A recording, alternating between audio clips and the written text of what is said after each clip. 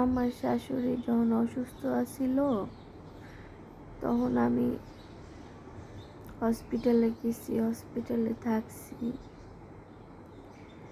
এরপরে এর প্রয়োজনীয় জিনিস নার্সরে দিয়ে ডাইকা ডাইকা করাইছি। এরপরে এর মাথায় তেল লাগাই দিছি, চুল আশ্রাই দিছি, শরীর মোছাই দিছি, হ্যাঁ, খাওয়াই দিছি, কত কিছু করছি।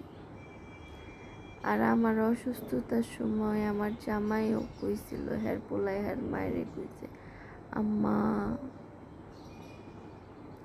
ওরে তো হসপিটাল আনছি, ভর্তি করছি, তো না দেখতে আইলো আর না একটা কল করলো।